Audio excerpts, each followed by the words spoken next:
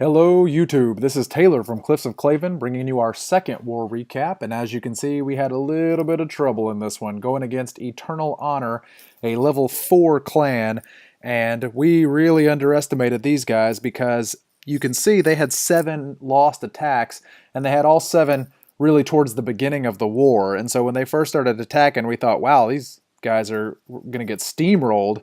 But they came back in the second half, and as you can see, 3-starred almost every one of our Town Hall 9s. They had 2 Town Hall 9s on our side that they did not 3-star, and they got 1 star on our Town Hall 11 and 2 on our Town Hall 10. Now over on our side, we got 1 star on their Town Hall 11. That was a Town Hall 10 attacking up. 2 each on their Town Hall 10s there, and then you can see we got a few Town Hall 9s that just kind of got away from us, and we had multiple attacks against them, couldn't quite get it done.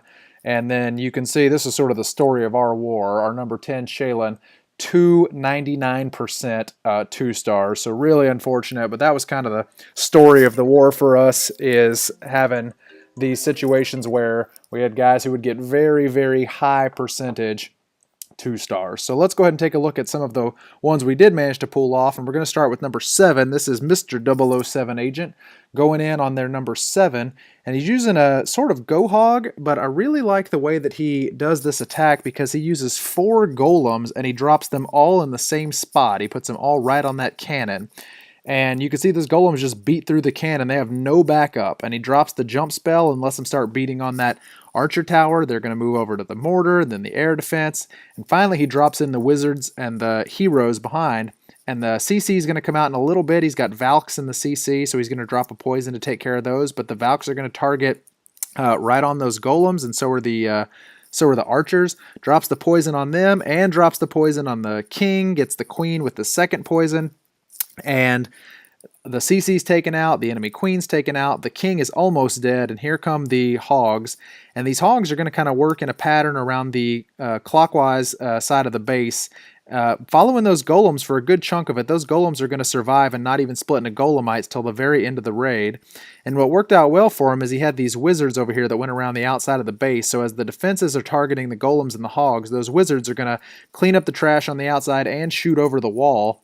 And his queen's up here beating on a wall, but he pops the ability to get her through a little faster, and she's going to clean up this CC and some of these storages. And the golems take the benefit of that rage, get right out in front of everything, so that most of the defenses are targeting those golems. He only has about 4 hogs left, but nothing's attacking those hogs, and they're going to take out all these defenses in the area. Eventually, they're going to get in front of the golems, and this cannon up here is going to take out his last hog. But the damage is done. He's got 4 golems left. Looks like maybe 1 is split into golemites. He's got the queen coming back here with some archers. And then down on the bottom are these wizards that are cleaning up these structures, totally untouched by anything right now, because the 3 remaining defenses are soon going to all be on those golems. And he can just sort of walk the wizards and the queen in there and take care of everything else. So kind of an unusual base with this sort of dead area with the walls over here. But gets the 3-star with a very interesting attack. 4 golems, and it looks like 2 or maybe 3 of them have survived all the way to the end of the attack. So real interesting attack from Mr. 007 Agent, and he gets the 3-star. Alright, so we're going to go back down a couple of spots. We're going to take a look at the attack on their number 10, and this was Mojo Mexican Omar, who is going in on another weird base. It's got this area in the middle where he's got the wall segments and just a lone air defense out there in the middle. And the CC's way over there on the edge, so as soon as he drops his first golem, the CC immediately targets that golem. So he drops the poison and the wizards to take care of the CC. And he's got some wall breakers coming, and I don't know if this was intentional or if he just lucked out, but the wall breaker actually survives and blows up both sections of the wall there, which sort of let his troops go into the center of this compartment here. The enemy queen is down. He's going to get a few more defenses, and he's got the golem tanking for that wizard. The queen and some wizards up here actually end up going around the outside of the base, which works out pretty well for him. I don't know if he planned that, but it works out pretty well. And after the hogs detonate that first giant bomb, here come the rest. Brought a whole bunch of hogs. He's got 3 heal spells, and he's going to drop his next heal spell right on these wizard towers. Wizard towers can be kind of bad news for hogs, but if they're under heal, they'll barely even notice.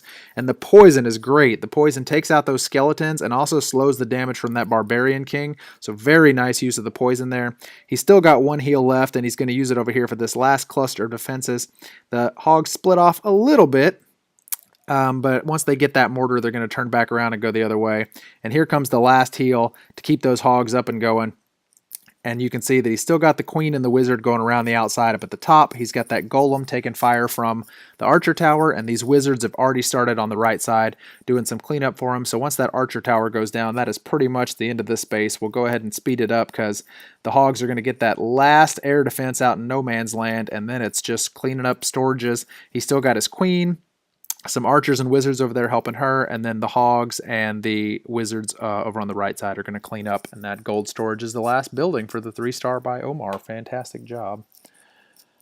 All right, one more we're going to look at, and we're going to drop down to number 13. This is Invictus. You saw him in the last war recap, and he's doing a similar attack with dragons and hog riders. He's going to do a zap quake on this air defense.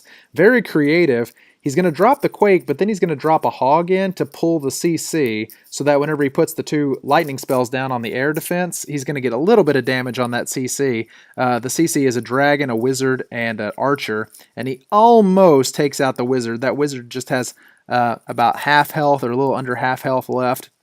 Tiny little sliver. And then when the dragons come in, 1 puff from that dragon is going to take out the wizard. And he actually has the second poison for them anyway. So going to slow down the damage from those troops. And I want you to pay attention to the hogs whenever he drops the hogs in for a minute. I want you to pay attention. He's going to drop them right up there behind his BK, and he's going to get so much value for these hogs. Now their goal is just to take out that air defense right there. But first they take out the wizard tower. Then they take out this archer tower that's distracted by the dragons. Then they get the air defense, and they're actually going to get this Tesla down here as well.